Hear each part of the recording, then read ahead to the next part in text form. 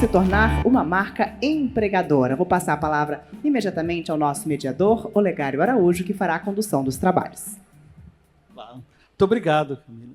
Pessoal, uma satisfação muito grande estar aqui com vocês. Novamente, agradeço aqui a Cates, na pessoa da Itamara Hack, pelo convite, e toda a diretoria, de moderar. E nós estamos aqui com seres humanos incríveis e profissionais também incríveis, pelo papo inicial que nós tivemos. E isso é muito interessante, porque nós começamos ouvindo aqui o Andréia falando sobre a importância da humanização e de soft skills, foi a abordagem dele, e como é que isso é uma transformação pessoal. E quando nós estamos falando isso, nós estamos falando lá dos líderes, quem está liderando a empresa. Como é que essas pessoas estão conduzindo isto? E como que a gente leva isso para a prática? Então, nós estamos aqui com profissionais que trabalham, né? De um lado, nós temos a Vanessa, da Coca-Cola, uma marca que todo mundo sabe, uma marca empregadora, e também temos o Alan, da Natura, outra marca empregadora. Transformando conceitos de humanização em prática do dia a dia, que é isso que importa para nós alcançarmos ali o resultado, né? A ideia é transformada em ação. Aliás, até gosto da brincadeira, transformação, né? Transformar em ação. Mas eu vou começar com você, então, Alan, para você, traz um quadro geral da sua visão, a visão que você pratica todos os dias aí na Natura. Bem-vindo. Obrigado, Olegário. Boa tarde a todos. Alegria muito grande estar aqui participando dessa feira tão incrível. E já adorei os painéis que eu vi, em especial o painel de liderança feminina, né? Afinal de contas, é algo que a gente convive bastante no dia a dia da Natura, com muita liderança feminina. Mas falando do nosso tema central desse papo, marca empregadora, acho que como contexto inicial, se vocês me permitirem, eu queria trazer os elementos fundamentais, né, do que define uma marca empregadora, que são essencialmente pessoas e reputação. É disso que estamos falando, né? E falar de marca empregadora através da Natura, talvez alguém diga assim, poxa, é muito fácil ser uma marca empregadora quando eu tenho uma Natura como marca central, né? Que é uma marca bem conhecida e de longa data. Natura provavelmente já era, mais que provavelmente, certamente já era a marca dos sonhos e trabalho dos meus pais, inclusive, né, lá atrás. E como se manter isso ao longo do tempo? Eu acho que o grande desafio começa aí, né, na liderança, que é onde você chega, Olegário, porque já não é mais a geração dos meus pais, nem tampouco a minha geração, e hoje a gente já conversa com novos talentos no mercado, como já foi dito aqui em painéis anteriores, que é a geração Z.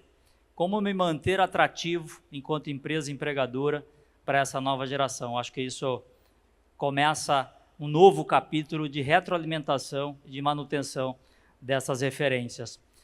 E como é que a gente faz isso se perpetuar ao longo do tempo, dado que as coisas se transformam, mudam inclusive com alta velocidade, e a gente segue fazendo disso algo relevante para essas novas gerações também. E eu queria contar um pouquinho, se você me permite aí também, dentro desse pano de fundo, né, do nosso modelo de negócio, da nossa proposta de valor, que eu acho que é o que rege naturalmente esse nível de atratividade. Tornar-se atrativo para um colaborador é como ter um produto atrativo hoje para o consumidor, né? Não está tão distante disso, porque a gente fala nesses dois lugares de experiência dessas pessoas. Então, o consumidor hoje, ao comprar um produto, ele quer saber o que está comprando, qual a origem desse produto, qual o impacto, inclusive social, desse produto. Diferença nenhuma com um novo colaborador, né? Ao olhar para uma empresa, sei o que é Natura, penso numa marca de refrigerante, talvez venha à cabeça, sei qual é esse refrigerante, mas como é trabalhar na Natura? E isso muda todo o jogo, porque essas pessoas não sabem como é trabalhar na Natura. E o que a gente vem, ao longo do tempo, trazendo para o mercado, né, que esse é o desafio de trabalhar para fora, porque uma marca empregadora, uma empresa empregadora trabalha para fora e trabalha para dentro. Trabalha muito mais para dentro, inclusive, do que para fora. Se eu trabalho bem para dentro, com os colaboradores que eu tenho atualmente, eu consigo também trabalhar lá fora. E o inverso não necessariamente verdadeiro. E nós temos uma proposta de valor hoje no grupo, né? Quando eu falo de Natura, eu falo de ecossistema, porque esse ecossistema é regido por marcas como a Avon, inclusive, que hoje é parte do grupo, Singu e outras. Essa proposta de valor ela precisa ser ancorada com 3 elementos fundamentais que são nossos direcionadores. E é isso que está presente na liderança todos os dias, Olegário. Então, a gente está falando de prosperidade, pertencimento e propósito. Prosperidade tem relação com o prosperar, sobre todos os aspectos. Tem a ver com renda, sim, tem a ver com mudança de patamar social, mudança de IDH, está fortemente na nossa cultura, e é esperado que nós consigamos impactar a sociedade dessa forma. Pertencimento, que é traduzida pela missão de fazermos com que os colaboradores, de fato, se sintam pertencentes ao grupo, pertencentes às marcas que nos norteiam, associar a sua marca pessoal, o seu eu, né, com as nossas marcas, e propósito com algo muito maior, né, com expansão de consciência, de fato, que é um olhar do mundo. Em suma, quando eu estou falando de prosperidade, eu estou falando de, traduzido pelo eu com o mundo, né? O meu olhar do eu com o mundo, o pertencimento do eu com o outro e o propósito, né? De eu com a sociedade de uma maneira geral, como é que eu impacto essa sociedade. Acho que é isso, Olegário. E aí, mas como traduzir isso? Como é que a gente faz isso no dia a dia? Chegamos na liderança, que eu acho que é o elemento central disso. A prática diária e presente dessa cultura, desses elementos fundamentais que devem ser inegociáveis. Perfeito. E você trouxe aí o exemplo que é inspirador. Quando nós estávamos conversando, aprendi muito aqui quando você foi elencando a prosperidade, o pertencimento e o propósito. Porque amarra, né? O indivíduo, quem está ali no dia a dia com ele, mas também algo mais amplo, porque o legado que está se deixando para a sociedade também, né? Que é o propósito. Por que de eu fazer tudo aquilo? Isso tem uma conexão muito interessante com a fala do presidente ontem, presidente da CATES, quando justamente ele falou desse consumidor, né, de uma sociedade mais empoderada, que quer saber a origem, inclusive dos produtos que a gente compra no supermercado. Tem agrotóxico no quem. Não por acaso, uma das empresas que faz isso muito bem está aqui no Paraná, em Santa Catarina, olhando para essa questão do agrotóxico. Então, essa origem, e lá na ponta saber o comportamento dele, que também o Andréia trouxe para nós, é essencial a gente entender isso. E o papel do líder. Ontem, por acaso, eu voltei na van com o Alexandre e conversando, que o assunto acabou entrando lá, a situação do Rio Grande do Sul, que ele perdeu loja, etc. Ele falando, tá certo, eu perdi loja, mas eu tinha condições, e minha prioridade agora é como é que eu arrumo alojamento para as pessoas morarem, que trabalhava comigo, que perdeu tudo e não tem recurso para fazer isso. Que a gente entra um pouco nos valores também, né? Quer dizer, na hora que pega, na hora de desafio, eu consigo praticar isto? Como é que você vê esse ponto? Dá para a gente encaixar os valores nesse tudo que você está trazendo aqui para nós? Ou você ainda acha que não é o momento para a gente entrar nisto? Podemos, perfeitamente, e oportuno, eu diria, né? Porque eu acho que são nesses momentos, inclusive, que surgem as oportunidades de exercício de uma liderança focada nos valores fundamentais. Voltando para esses pilares, eu acho que dá para a gente fazer uma conexão importante com isso, né? O que tem presente nesses valores que a gente pratica em momentos como esse que você traz de exemplo do Rio Grande do Sul, e por que não dizer da pandemia? A pandemia foi um grande treino, né? A pandemia traz para a gente esse pilar do eu com o mundo de uma forma efetiva, né? A gente começou olhando para isso tudo, dizendo, poxa, mas isso está lá em Wuhan, né? Está lá na China, está muito longe de mim, e de repente está aqui, do nosso lado, na nossa sociedade, e isso traz uma materialização da necessidade da gente entender que participamos de um ecossistema e de que somos interdependentes. E isso, presente na liderança, traz, na verdade, viabiliza um olhar completamente diferente para um colaborador na sua liderança do dia a dia. É enxergarmos um indivíduo antes de enxergar um colaborador. E que as duas coisas são complementares, mas que são papéis distintos. E o Rio Grande do Sul, por exemplo, né, eu trouxe a pandemia porque eu acho que ele foi emblemático para a gente no exercício e na materialização desse pilar do eu com o mundo. Nós temos um elemento dentro de rede de afeto que está... são 3 norteadores, na verdade, que nós temos lá. Na expansão de consciência, rede de afeto e diversidade, equidade e inclusão. Esses são os grandes, eu diria, diferenciais competitivos dentro dessa proposta de valor. E quando eu estou falando de um Rio Grande do Sul que está aqui do nosso lado, não dá para achar que a minha casa vai estar boa como liderança de uma... Independente de qual fosse a região do Brasil, que fosse o Nordeste, se eu tenho a casa do vizinho pegando fogo, né? Tem uma metáfora assim. Se a casa do vizinho está pegando fogo, a minha está em risco. É essa ótica no exercício da liderança que a gente tenta trazer com frequência, exercitando isso através desse norteador de cultura que é a rede de afeto. Então, fizemos uma grande mobilização, a gente tem uma frente como muitos aqui, eu acho que a grande maioria tem, entendendo que para Santa Catarina estar bem, que é hoje o meu negócio direto, né, dentro do Sul, o Rio Grande do Sul precisa ir bem. E que somos interdependentes nessa situação.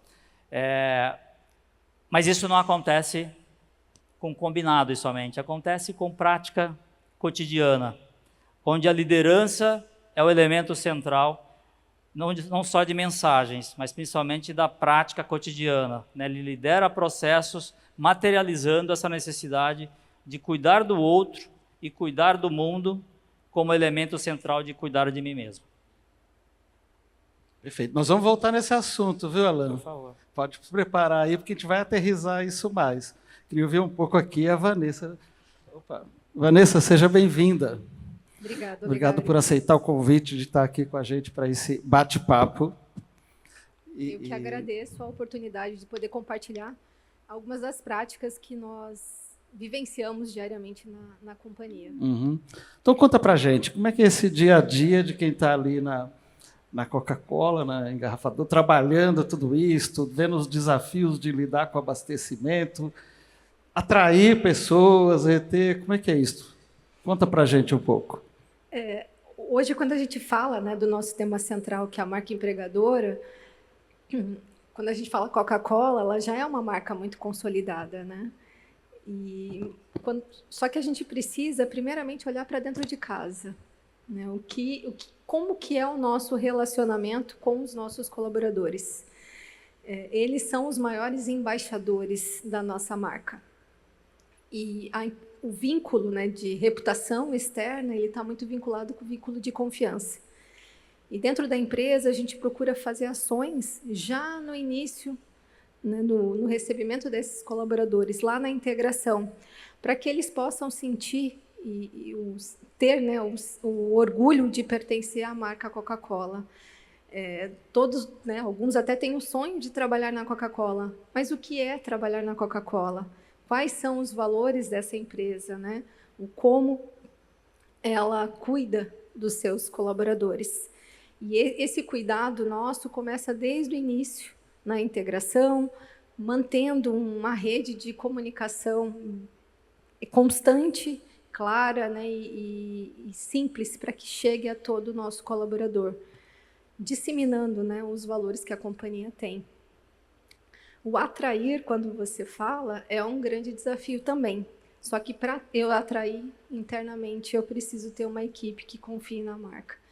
O supermercado não passa por isso, está fácil atrair pessoas em Santa Catarina. Olha o sorriso dela concordando. Eu sei que estou brincando mesmo, eu sei que não está. Nem para você na Coca-Cola, né? Também não é diferente. Uhum. Né? E os nossos, como eu comentei, os nossos grandes embaixadores são os nossos colaboradores. Uhum. Quanto mais na rede externa eles falem bem da nossa marca e como é para eles prazeroso trabalhar, né, com a gente, com certeza vai repercutir externamente o que vai nos tornar, né, mais atrativo para o mercado. E pensando em Santa Catarina, é uma região de pleno emprego, né? E a mão de obra, ela nem sempre está onde a gente imagina. E o quanto empresa a gente precisa se reinventar, fazer a leitura da região onde estamos, quais são os melhores mecanismos para a busca desses colaboradores, futuros, né, colaboradores. E aqui, às vezes, a gente até usar carros de som mesmo, né? Algumas regiões é muito difícil você conseguir a mão de obra. E a gente precisa fazer panfletagem, né, e usar, de novo, a rede interna como apoio para suprir essa demanda. Perfeito. Então, eu vou aqui interpretar um pouco do que você falou. Atuar com região é a gente entender a comunidade também, né?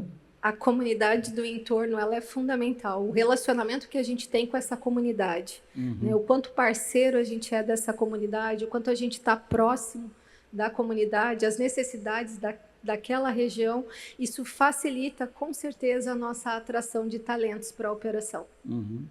E quando você traz a figura do embaixador, é aquilo que, digamos assim, o teu colaborador está falando ali no cafezinho, no corredor, e depois como ele reproduz isto nos relacionamentos dele, em casa, com outras pessoas, que ele está sendo embaixador.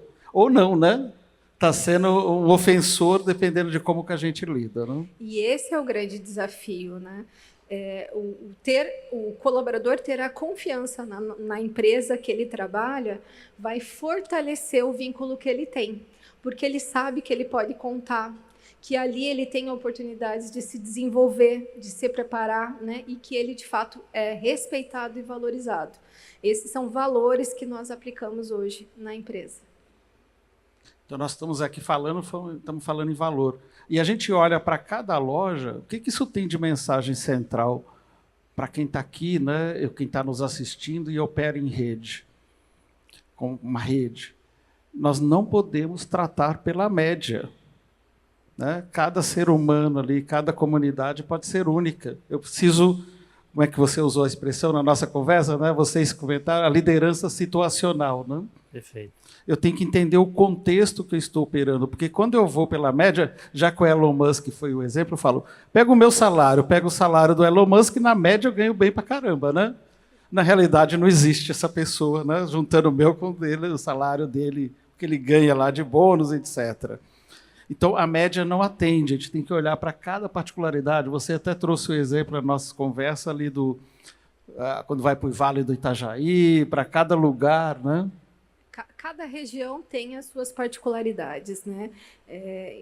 Na região do norte de Santa Catarina, né? Região de Joinville, é uma forma de atrair esses talentos.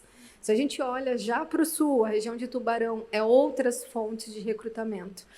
E nós, quanto empresa, a gente precisa estar próxima dessas fontes. Aonde está esse talento, essa mão de obra que eu busco para a minha operação?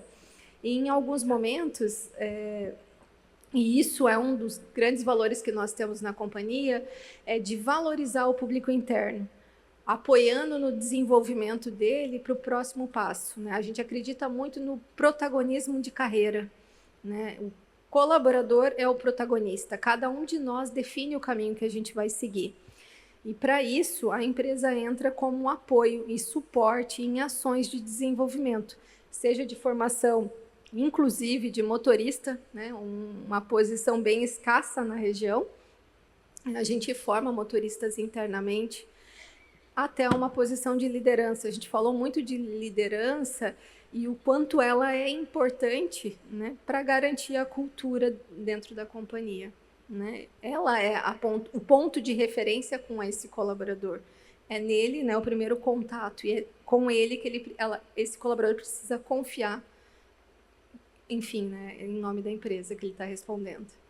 Eu queria colocar algo que não está longe do script, mas eu fujo do script. Por favor. Desculpe, Vanessa, mas eu acho que faz parte.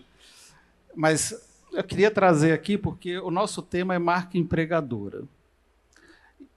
Gente, está falando em marca, isso eu acho que é um tema muito importante para nós aqui, do dia a dia no varejo. quando nós estamos falando em marca, nós estamos falando em aspectos tangíveis, o produto em si, o desempenho do produto, no caso do varejo, está lá disponível, está num preço acessível, enfim, está numa loja bem organizada, etc. Mas o que vocês estão me trazendo, quando a gente olha para a marca empregadora, nós estamos indo para um aspecto intangível da marca, aquilo que não é palpável. Né? Porque, de alguma forma, você passou aqui, começou falando de propósito. Aliás, esse é o tema aí central de todo mundo está falando. Qual é o propósito? O que eu quero deixar para o mundo? Por que eu existo? Mas nós estamos falando aqui, quando você traz o embaixador da marca, você está falando que ele, assim, para ele ser o embaixador, eu preciso ser autêntico. Exatamente. Não é isso? Sim. Porque se ele não for autêntico, se a empresa tem aquele quadro bonito que está lá disponível no e-commerce, está lá no andar, mas não conseguir traduzir aquilo para a prática, esquece, né? E além de traduzir para o dia a dia, ser autêntico, ser um exemplo, o líder como exemplo também não vai funcionar. Como é que... Então, a gente está falando de atributos de uma marca, atributos intangíveis de uma marca empregadora. É como as pessoas percebem. Né? E, claro, e tem que ser praticado. Como é que você olha para a Coca-Cola dessa perspectiva e depois a Natura aqui? De fato, ele tem que ser congruente. Né? Ele tem que fazer o sentido para ele, e o que ele vivencia, né, o que é comunicado, ele tem que vivenciar no dia a dia. E aí vem, né, quando eu falo do líder, o líder também. Ele precisa estar muito alinhado aos valores daquela companhia. O que a empresa prega, ele precisa vivenciar ali com as suas equipes. Se tiver um desalinhamento de comportamento, a gente, né, viu na palestra anterior também as questões comportamentais, esse ecossistema ele não vai estar funcionando como deveria. Né? Nós pregamos muito esta questão do comportamento congruente. O que divulgamos externamente, nós praticamos internamente, para que tenha essa congruência. Né? E o líder ele entra neste processo como um grande guardião desta cultura. Porque ele só vai ser embaixador se ele acredita. Né?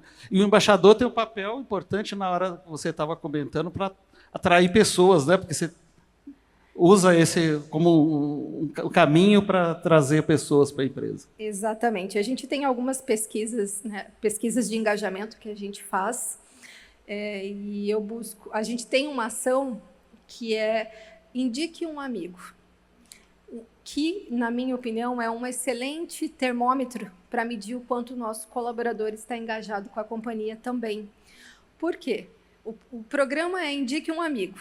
Ele vai se ele indicar pessoas, é porque, de fato, aquilo faz sentido e ele se orgulha daquela marca, naquela empresa que ele trabalha. Né? E aí, sim, ele vira um embaixador no grupo de amigos, na família, nas redes sociais, né, que hoje elas têm uma potência, né, muito grande. Este é o grande papel deste embaixador. Perfeito. Na perspectiva da Natura, como é que é essa marca cumprindo esse papel intangível? Muito nessa direção, Olegário. Prática alinhado ao discurso. Né? Eu acho que esse é o elemento central e concordo completamente com a Vanessa. Quando um talento olha para a tua organização e pergunta por que é tão incrível trabalhar lá, ele precisa materializar isso. E essa materialidade vem através desses embaixadores, desses colaboradores que vivenciam a cultura, que a cultura não é um combinado da semana, né? É ao longo do tempo e capitaneado e cuidado pelo líder, como também disse a Vanessa. Então, quando um pouco mais cedo eu trouxe sobre esse desafio de como é fazer daquilo que é teoria virar prática no dia a dia, ela vem na voz do colaborador. Eu posso fazer campanhas e fazemos, né? Temos, se vocês acessarem as nossas redes, vocês verão elementos de marca empregadora lá, contando muito sobre a nossa organização, mas tem coisas que só nós, colaboradores, conseguimos contar da corporação e que nenhuma campanha vai contar. E isso faz completa diferença na reputação, que é aquele segundo elemento que a gente iniciou falando. E como dar manutenção nisso? Esse é o grande desafio. E a grande sensibilidade, né? Como é que eu cuido para que isso, de fato, permaneça existindo em momentos diferentes, com públicos diferentes, como falamos aqui do desafio de atrair uma geração Z, falando o idioma dela, e seguir sendo atraente, né? Sendo a marca desejada para se trabalhar desse público. A validação dos colaboradores atuais vão ser os grandes chanceladores disso tudo. E, por isso, trabalhar para dentro é o elemento maior disso tudo, se comparado ao trabalhar para fora, embora as duas coisas sejam necessárias. Porque se eu trabalho muito fortemente lá fora, mas não trabalho aqui dentro, a gente vai por terra, né? Na verdade, todo esse trabalho de marca empregadora, porque ela se esvazia. Então, eu acho que esse é o grande desafio cotidiano de todos os segmentos, né? De como é que a gente, de fato, mantém uma cultura de cuidar do indivíduo, cuidar do colaborador, talvez olhando de uma forma distinta, trazendo elementos de liderança situacional, como a gente falou um pouco mais cedo num outro papo, né? Cada liderado tem uma necessidade específica, e isso vai trazendo elementos também de pertencimento incomparável, quando eu sou tratado de forma distinta, com a minha necessidade, quer seja de ascensão dentro de um plano de performance em que eu não estou caminhando bem dentro do esperado, ou o contrário, se eu estou indo muito bem também, preciso ser desafiado. Acho que temos desafios de individualização nesse processo de liderança, mas que de fato inclua esse colaborador, que é outro elemento essencial de se sentir pertencente, de se sentir parte, e tendo a liberdade de ser eu mesmo dentro desse contexto. Aí, de fato, acho que a gente tem um composto muito bom de grandes embaixadores dessas marcas. Perfeito. Eu queria dar mais um passo aqui na nossa conversa. Tá? Aliás, eu queria saber o seguinte, quem é da área de líderes, eu acredito que todos são, né? Porque a gente é líder formal ou informal. Mas quem é aqui da área de recursos humanos, desenvolvimento de pessoas? Opa, olha, tem bastante gente aí. Está fazendo sentido para vocês? Tá? Ah, então tá bom. Muito bem. Está fazendo sentido para você também? Maravilha. Eu queria fazer a mesma pergunta para os dois. O que é a liderança situacional? Vamos lá. Acho que a Vanessa... Ladies first primeiro, mas vamos lá.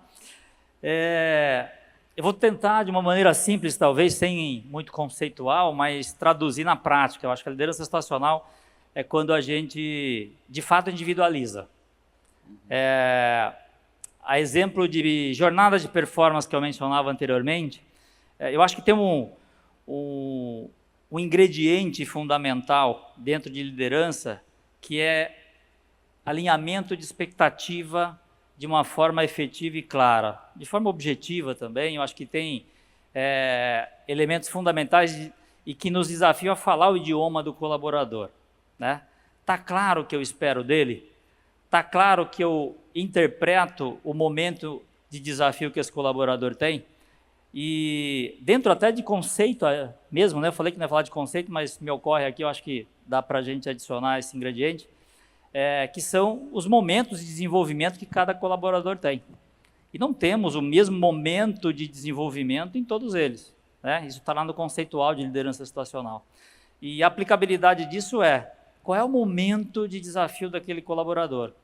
Ele está na média, ele está em alta performance, ou ele está num lugar de desenvolvimento, a desenvolver? Ele precisa de um processo de reversão, de um plano de reversão. E isso requer da gente, né, uma situacionalidade. Como é que eu lido com um colaborador que precisa estar abaixo da média e precisa vir para a média? E como é que eu lido com um colaborador que está em alta performance?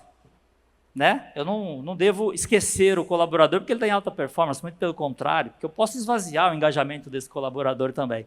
Então, eu preciso a partir desse mapeamento, embarcar ali elementos de continuidade de engajamento, que seja reconhecendo, dando um desafio novo para esse colaborador, né? Reconhecendo, dando um projeto novo para ele, enfim, levando ele para outros patamares. Da mesma forma, o colaborador que está na média ou abaixo da média. Então, isso para mim traduz bastante no dia a dia a prática da liderança situacional. Individualizar as necessidades desse colaborador e traçar planos que traga ele para um lugar, para um patamar distinto. E isso conversa muito com o nosso desafio de turnover, né? Tanto na alta performance quanto na linha de desenvolvimento. Na linha de desenvolvimento, que esse colaborador talvez não esteja entregando naquele momento a performance desejada. Troco ele? É caro trocar um colaborador, né? Qual é o recurso que eu deveria ali embarcar para trazer esse colaborador para um engajamento distinto do que ele apresenta? Nenhum colaborador escolhe não performar, acredita. Ele tem um momento de desafio ali. Então, acho que desafio o líder nesse lugar, tal qual o outro que eu já mencionei, que é o momento de reconhecimento. Então, acho que os dois conversam muito com o nosso desafio cotidiano na liderança, que é da retenção desse colaborador e, mais do que a retenção, o nível de engajamento dele. Perfeito. Contribuindo, né, com o que o Gonçalo trouxe, muito bem, inclusive, o conhecer os seus colaboradores, né, e ir para o indivíduo, como ele colocou. Saber seus potenciais, suas oportunidades e estar ali como um suporte, seja para desafiá-lo, né, ou algumas das vezes que é a mais complexa, ter conversas difíceis quando a gente fala de baixa performance. Como é que eu trabalho com esse colaborador de baixa performance? São dois extremos bem complexos, né?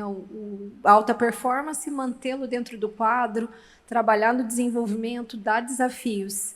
E o baixa performance, né? A substituição, às vezes, ela teoricamente parece a mais fácil, né?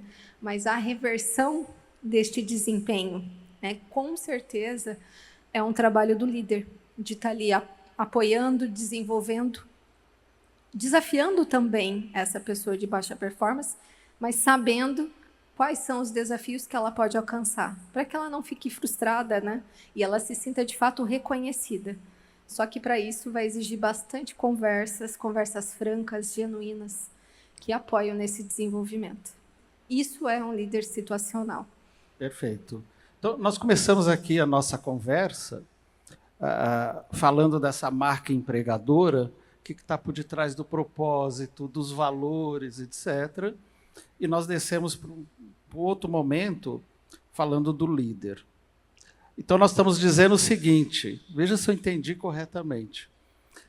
Aliás, eu acho que aqui no supermercado de Santa Catarina não acontece. Em outros estados eu sei que sim. Mas de falar o seguinte, não, isso é um problema do RH desenvolver. O que vocês estão me dizendo, se eu estou entendendo, é o oposto, né?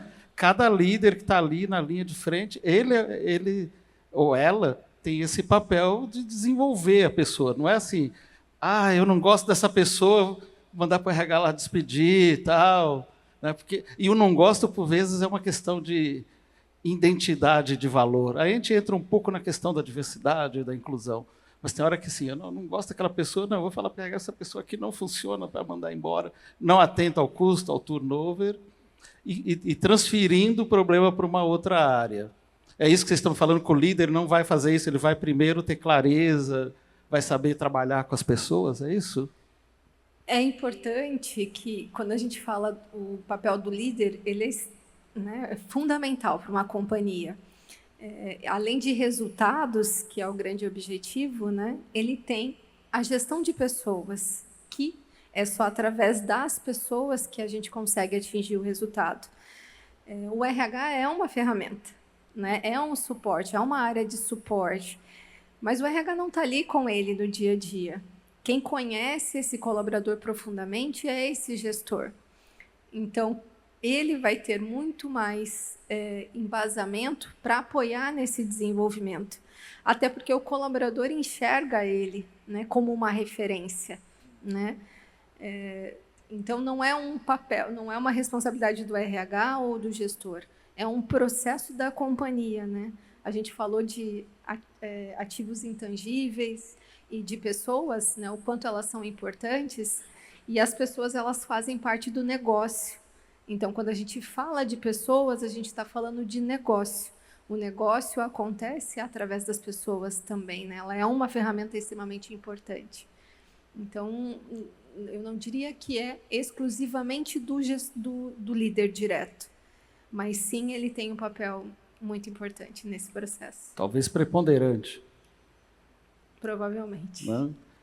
Faz eu lembrar de uma frase do Simon Sinek, que desenvolveu lá o ciclo dourado também, né? Do porquê, o que, como. Mas ele tem uma que eu gosto muito, que ele aborda o seguinte: clientes são pessoas, né? Funcionários são pessoas, fornecedores são pessoas. Então, se eu não entender de gente, eu não entendo do negócio. Simples assim. Mas aqui eu acho que traz um elemento para nós, que eu acho que para a nossa reflexão como empresas supermercadistas, que é entender que a responsabilidade é de todos, por este desenvolvimento do ser humano, que pode estar lá na loja, que pode estar no depósito. E como é que a gente usa essas ferramentas para ter a pessoa certa no lugar certo? Eu me lembro de uma experiência que eu tive há alguns anos, fazendo um trabalho para uma rede de supermercado. A hora que eu fui conversar, junto à área de compras, a hora que eu fui entrevistar a pessoa começou literalmente a chorar. E assim, ela estava estressada, o chefe estressado, ela não entregando, porque ela falou: meu negócio não é aqui, eu gosto de trabalhar lá na área de recursos humanos. Quer dizer, pessoa errada no lugar errado, todo mundo fica doente, saúde mental vai embora, né? Porque ali não se usou essas ferramentas. Lembra, nós estamos falando de marca empregadora e nós estamos entrando muito na parte comportamental, que foi o que a Andréia abordou anteriormente. Quer dizer, qual é esse comportamento que você trabalha? Você, Alan, já trouxe aqui para nós as pessoas de alta e baixa performance. Você também complementou aí com a gente, né, Vanessa? Se você me permite, Olegário, fazer um adendo nesse ponto que eu acho bastante oportuno. Uhum. A gente tem um mote cotidiano que é separar a gestão de liderança, né? Não separar de uma excluindo a outra, elas não são excludentes, pelo contrário, são complementares, mas um líder ele deveria estar a serviço de desenvolver pessoas, de liderar pessoas, e o gestor gerindo o negócio. E a gente tem a mesma figura ali fazendo essas duas coisas, porque aí falo com conhecimento de causa porque eu ocupo essa cadeira, inclusive. Então, nós temos os desafios, as nossas metas, os nossos targets, né, para cumprir as expectativas da corporação, o quantitativo, mas a que custo? Eu acho que essa é a grande reflexão que a liderança precisa exercitar no dia a dia, porque no momento de pressão de resultado a gente vai para caminhos talvez mais curtos, e é onde mora, na verdade, o grande desafio de uma marca empregadora, porque o colaborador que não permanece, provavelmente, ele segue sendo embaixador, né? Quando a gente deixa, alguém já deve ter trocado, assim como eu, de empresa, de marca, e a gente segue sendo embaixador dessa marca. Mas o que eu estou levando adiante? Qual é a experiência que eu estou carregando, né, desse período com essa marca? E é isso que desafia a liderança. Então, quis fazer esse adendo porque na nossa cultura nós somos lembrados com alguma frequência de que nós somos os CPFs compondo o CNPJ. Né? Isso acho que é um mote bem conhecido. E que a liderança, o guardião dessa cultura, como trouxe a Vanessa, e que nos momentos de desafios quantitativos, precisamos atuar qualitativamente. É isso que vai nos moldando enquanto marca empregadora e aumentando esse exército do bem de embaixadores das nossas marcas, das nossas empresas.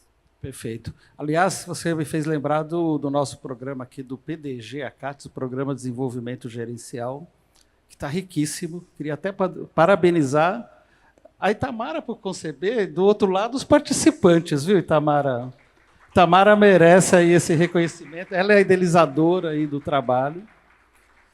E os participantes, numa das conversas que nós estávamos tendo, ele falou o seguinte: o líder ter consciência do que ele fala, né? Porque ele pode ser um desmobilizador. E a gente escuta muito: ah, não, a nova geração, né? A geração Z não quer saber disso, não quer liderança. E apareceu nas nossas conversas algo muito riquíssimo, de profunda reflexão, que foi o seguinte: se eu estou ali como líder, né? Que aí eu não estou sendo líder, só estou ali reclamando. Desafio em todo lugar, né? Então, normal. Mas só está ali reclamando, só vendo os problemas e falando de uma maneira negativa, ele não está contribuindo nem para desenvolver e nem para reter pessoas. Ele não está formando líderes também, né? Exatamente. Acho que temos uma inversão, inclusive, da expectativa do papel, que é gerar essa referência, né, de bem-estar. A propósito, nós temos um mote, né? Aí eu estou compartilhando, porque acho que o convite me trazido foi: traga o que você puder trazer da cultura, né? E dentro dessa proposta de valor de marca empregadora, a gente tem um mote que é: aqui tem bem-estar bem. Bem-estar bem é o nosso posicionamento, né? De bem-estar e de estar bem. Então, que é composto por aquela tríade que eu trazia anteriormente, de eu comigo, eu com o outro, eu com o mundo, né? Então, mas como é que eu traduzo isso, né, no dia a dia e de fato, consigo ter presença efetiva desse bem-estar bem? Me sinto bem, né? Estou bem dentro desse contexto todo.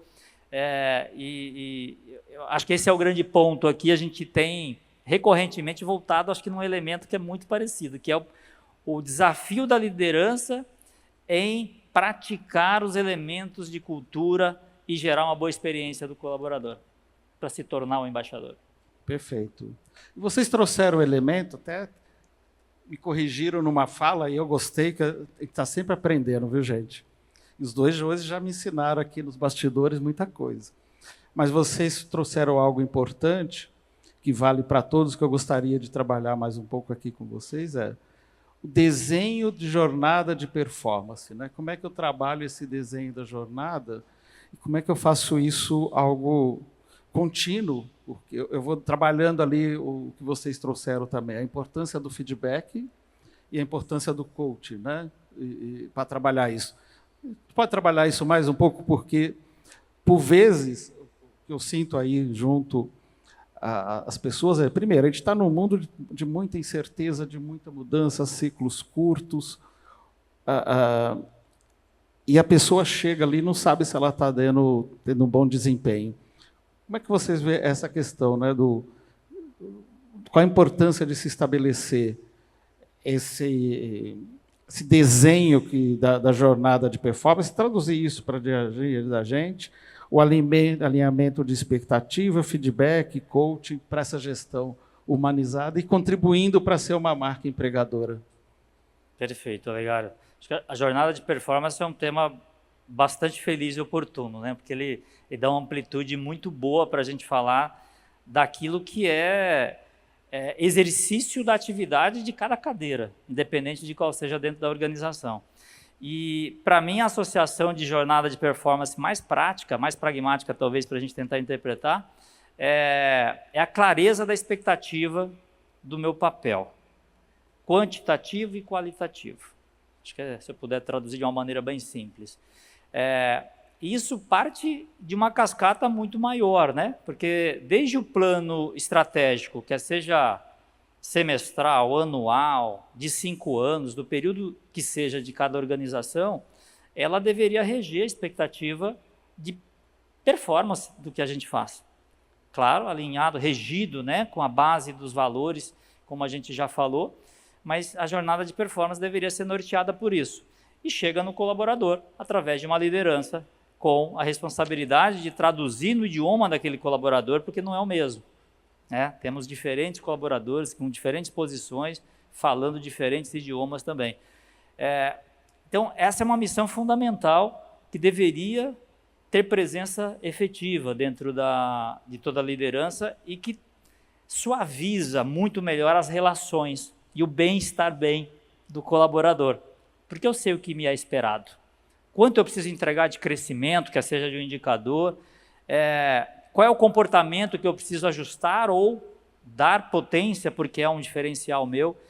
Esses são elementos de feedback, né? São elementos que a gente captura com a liderança, captura em jornadas que deveriam também, e a gente tem esse desenho lá, né? A gente tem frequências pré-estabelecidas de jornadas de feedback, o número de feedbacks ao longo do ano estruturados, e claro, aqueles que são os, né, pontuais, imediatos, fundamentais para o processo. Mas essa estruturação mínima de combinar que a cada etapa a gente vamos caminhar 100 metros e fazer a avaliação desses 100 metros, né? Mais ou menos isso. Então, partimos de uma expectativa-chave, de um plano estratégico, com papéis-chave e targets claros também, quantitativos e qualitativos, e vamos revisitando, chamado follow-up, né? Revisita disso para dizer, olha, estamos indo muito bem ou não estamos indo bem, precisamos ajustar a curva. Isso ajuda demais a não tornar um plano surpresa, né? Trazer surpresas para essa jornada. Porque se eu atuar no longo prazo, eu posso ter pouco tempo, primeiro, de conseguir uma reversão na linha do que o desafio do próprio plano maior espera de mim, e vai ficar muito urgente, né? Tudo que é urgente gera pressão, desgaste de energia, né? Então a gente acaba indo para aquilo que, como a gente citou anteriormente o exemplo do líder, no momento de pressão, como é que eu atuo? O indicador não está vindo bem, como é que eu faço? Então não é diferente com o colaborador. Então acho que esse processo frequente de follow-up e feedbacks claros, alinhado a essa expectativa que eu já tinha deixado claro desde um ponto de partida, mitiga muito esse estresse, esse processo de pressão e, naturalmente, uma jornada muito mais suave e prazerosa, eu diria, mesmo nos momentos de desafio, né? E teremos sempre. Perfeito. E você, Vanessa, como é que você vê esse processo? É como o Alan trouxe, né? Acho que o combinado, né? O alinhamento prévio das expectativas, ela é fundamental. E ser franco, né? E claro.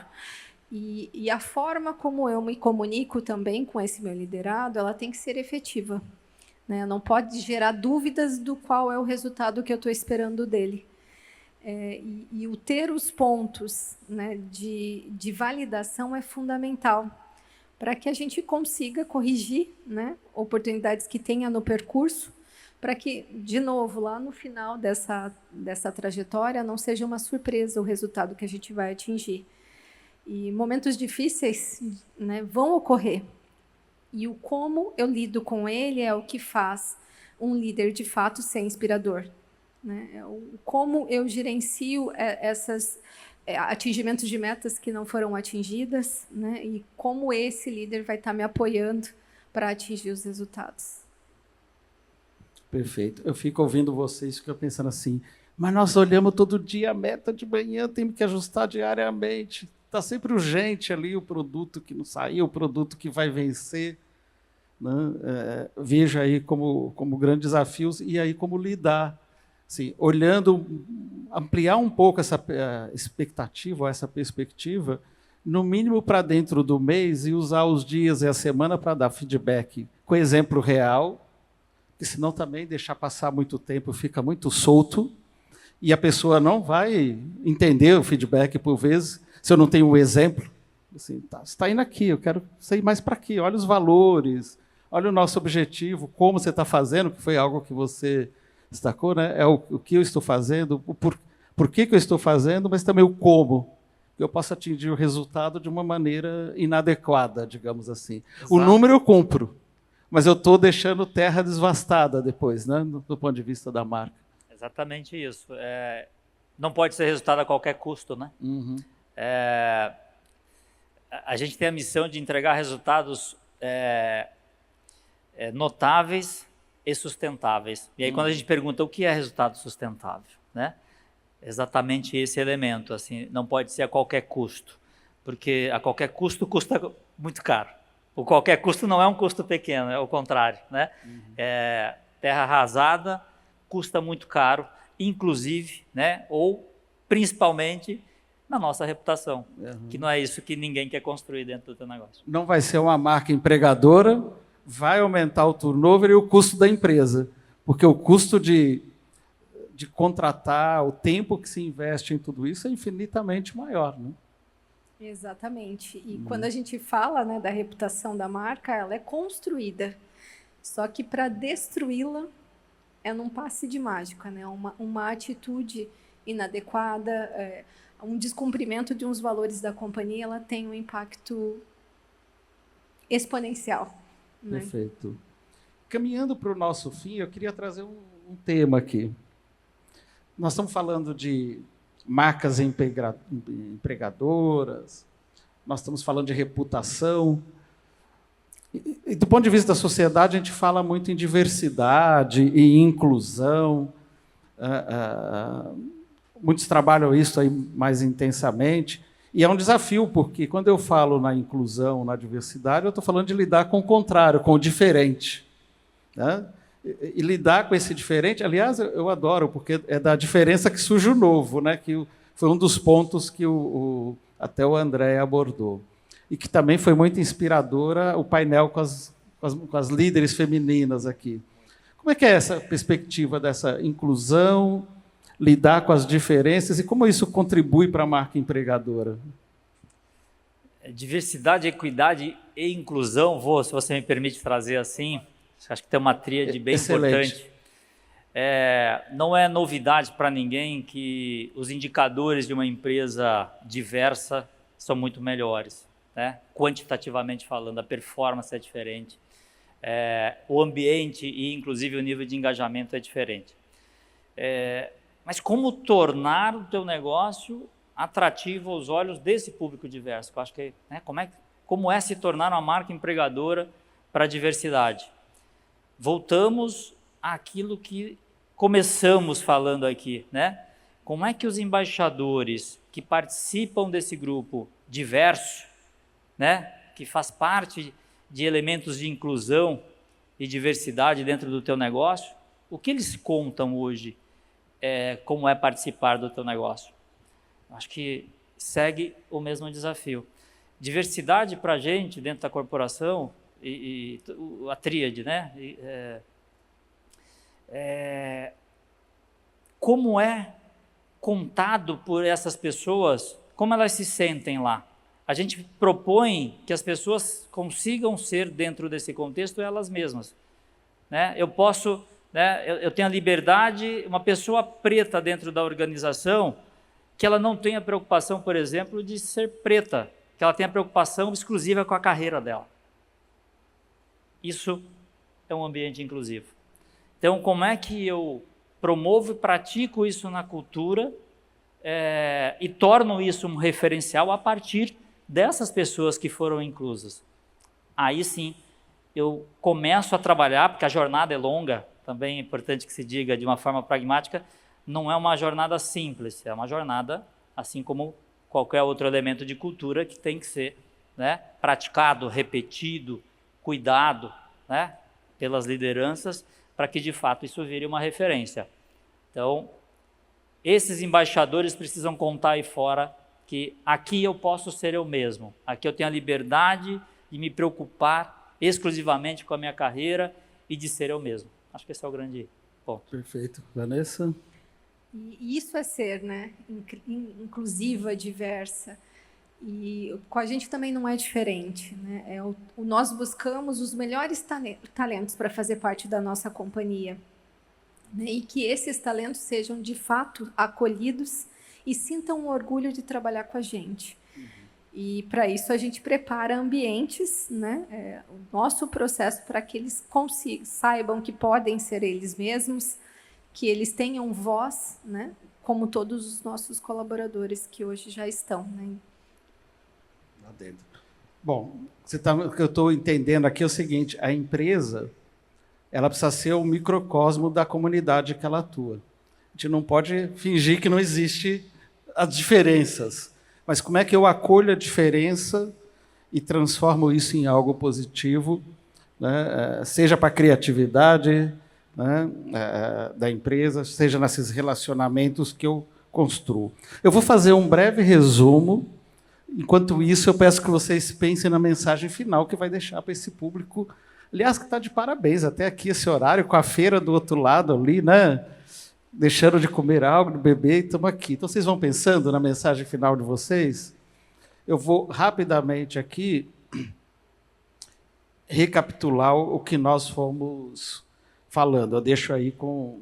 Já passo a palavra para vocês. Então, nós abordamos aqui, gente, começamos com o propósito. Nós falamos bastante em perpetuar a organização, essa perenidade dela, que depende muito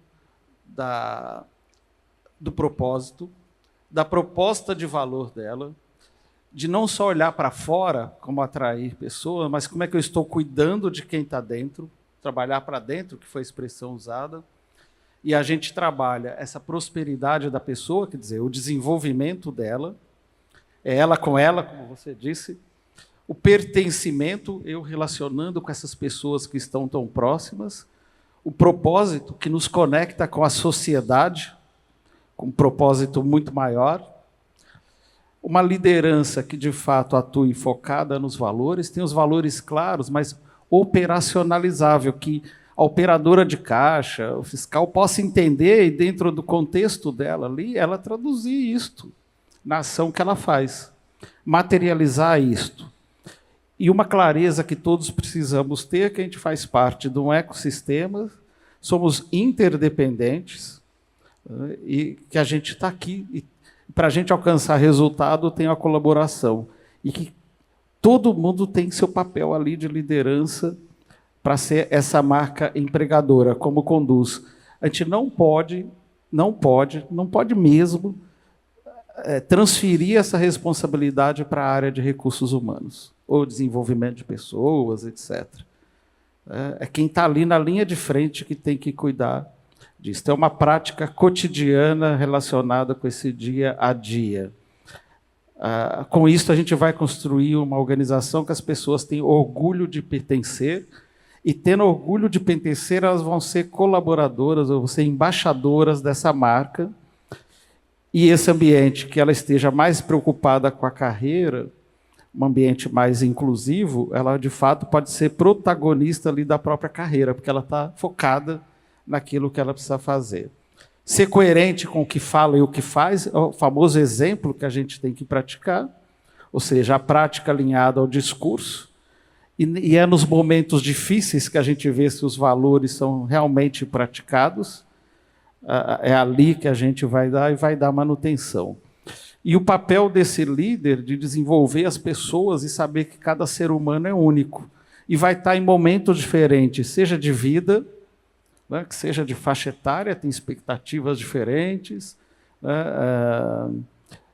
seja de gênero, não importa, seja de resultado que a pessoa está entregando. Então, eu tenho que entender e respeitar esse ser humano e saber desafiar aquele que está em alta performance e orientar, desenvolver aquela pessoa, que são as conversas difíceis, para quem não está tendo um bom desempenho, levando em conta aspectos quantitativos, que é o resultado efetivo, e também qualitativo, que está muito ligado ali a aspectos comportamentais, reconhecendo essas diferenças. Que é trabalhar, como é que você trabalha, o resultado notável e sustentável. E atento a cada comunidade, né? Olhando para cada comunidade e entendendo, ou no nosso caso aqui, a realidade de cada loja, porque esses valores eles precisam ser traduzidos de diferentes formas, porque quem está lá no escritório, na matriz, pode ter habilidades cognitivas de entender diferente de quem está chegando, vai operar lá no caixa. Vai estar no primeiro emprego, etc. Bom, eu queria deixar com vocês, Vanessa. Eu vou provocar uma coisinha aqui. Opa! Eu estou quebrando o protocolo. Eu pensei em quebrar, mas eu não quebrei. Você vai quebrar, né? Tá bom, então, você pode. A gente não abriu para perguntas, mas o nosso colega aqui fez uma provocação de vocês, nesse tema das diferenças, da diversidade, dos públicos, das gerações, como é a questão da geração Z. Boa noite, boa tarde, né? Como ia ser uma marca empregadora na geração Z? Vocês fizeram uns pontos na geração Z. Como é ser marca empregadora hoje na geração Z? Posso contribuir um pouquinho? Eu acho que, em termos de reputação, acho que a gente falou bem e não muda de geração para geração, porque o trabalhar para dentro é o que vai dar a plataforma para que a gente, de fato, tenha uma boa reputação lá fora. Contar isso para essa geração, isso nos desafia de um lugar diferente. Como eu usei aqui a expressão idioma, né, que é me comunicar de forma adequada. Então, exemplos talvez mais embrionários, mais básicos, né? Qual é a plataforma de comunicação que eu vou acessar esse público? Acho que começa por aí. A gente, e eu estou falando, a gente olha para isso com alguma frequência, mas o nosso Insta de carreira, a gente vai lançar agora em junho ainda. Então, até deixo aqui o convite aberto para quem quiser daqui mais alguns dias acessar o nosso Insta, que não está no ar ainda. Então, percebam que há um desafio, inclusive, de comunicação. E o Insta, por que eu estou mencionando ele? O Insta é um veículo-chave hoje de me comunicar com essa geração. Eu estou falando, adequando também, né? TikTok também. TikTok, tá aí, né? Com certeza. Que não é mais só dancinha. Não é só, longe da limitação só das dancinhas. Então, começa desde uma plataforma de comunicação até o como eu traduzo, na verdade, esses elementos que a gente conversou aqui de marca empregadora. E o que sela tudo isso? A geração Z atual que está lá dentro da minha companhia, postando o dia a dia dela como experiência de colaborador, reverberando lá fora. Então, sem estar muito no conceitual, nós falamos aqui de plataforma de comunicação, adequação de linguagem, aonde eu comunico, como eu comunico, e mais o referencial de quem já participa e porque essa turma eu não preciso convidar para que eles demonstrem o que eles sentem e como é que eles expõem isso. Isso acontece de maneira bastante orgânica. Então, acho que esse é o desafio. Usar esses embaixadores de geração Z que você já tem e torná-los parte da construção dessa marca empregadora que você quer construir. É exatamente nessa mesma linha que ele falou, né? Estar próximo desse público. É muito imediatismo, eu quero coisa rápida, como é que eu faço para ter acesso a isso? Só que a melhor forma de você ser uma marca empregadora para a geração é ser coerente com a sua prática e com a sua fala. Da mesma forma como você se comunica, né? O colaborador que está lá, que faz parte da geração, quando ele traz ações que a companhia faz, ele compartilha essas ações na rede, ele vai dar ao outro, né? Pô, essa empresa é legal, eu quero fazer parte dela também. É o estar no meio, né? E, de fato, Instagram, TikTok é um mecanismo que ainda a gente também tem uma oportunidade para ter uma atuação mais forte. E aí vem a questão de como que vocês reforçaram a linguagem. Porque, lógico que a forma que eu falo, não necessariamente eu vou alcançar esse público. Então, eu preciso ter, dentro da equipe que eu estou ali dentro liderando, pessoas que entendem e se comunicam, né? Eu tenho que estar na mesma frequência, digamos assim. Caso contrário, não vai fluir, não vai acontecer. Uma coisa muito interessante é como, vamos imaginar, essa geração Z é muito mais acostumada ao mundo da gamificação. Então, isso é algo que funciona também bem. Estou acostumado com checkpoint, ganho pontos. Então, quando você trabalha esses elementos, eles agregam, porque é algo que, intuitivamente, como é contar histórias, faz parte da natureza. Nascer ali dentro do videogame, jogando, com a pontuação, coisas rápidas. Não por acaso, no mundo da educação, hoje há um tempo atrás falava de aprendizado, depois vem o microaprendizado, e o termo hoje é nanoaprendizado. Então, você vai para uma plataforma que você tem cada vez mensagens mais curtas, tá? E mais constantes, na realidade, para encaixar no tempo, mas também encaixar nesse estilo de vida. Dificilmente vai ser poucas pessoas a pegar o livro, ler. Ele está ali na rede social com muito mais presença. Eu tenho que estar lá. É isso? Ser mais imediato, né? Ser mais imediato. Isso. Está onde ele está, né? Estar onde está, ser constante. Acho que a constância da informação é a construção desse conhecimento. Enfim. Muito bem. E num olhar interno, né? Essa expectativa de imediatismo, vamos pensar que o nível de velocidade de resposta para um colaborador de geração Z acaba demandando muito mais velocidade e imediatismo da liderança em atender esse público. Imagine, poxa, mas estava acostumado com um time de uma outra geração, de uma predominância de gerações aqui que eu tinha uma velocidade, um tempo de resposta distinto do que estão me pedindo agora. Então, eu acho que tem, no olhar do trabalhar para dentro, né, como essa liderança está preparada para formar esses embaixadores, para lidar com esses novos embaixadores que estão ali e serão, naturalmente, desafio. E estou falando disso com prática do dia a dia. Tenho na minha equipe, né, essas gerações presentes e são distintas e que torna o processo divertido a partir da interpretação. Mas desafia a liderança no como conduzir esse dia a dia. Sempre foi assim, não cabe mais, né? Vanessa, sua mensagem final. Quando a gente fala de marca empregadora, né, para mim é criar um vínculo de confiança. Né? O colaborador precisa confiar nesta empresa para que ele, e a gente viu isso, né, inclusive na palestra anterior, como a confiança ela gera resultados positivos para a companhia.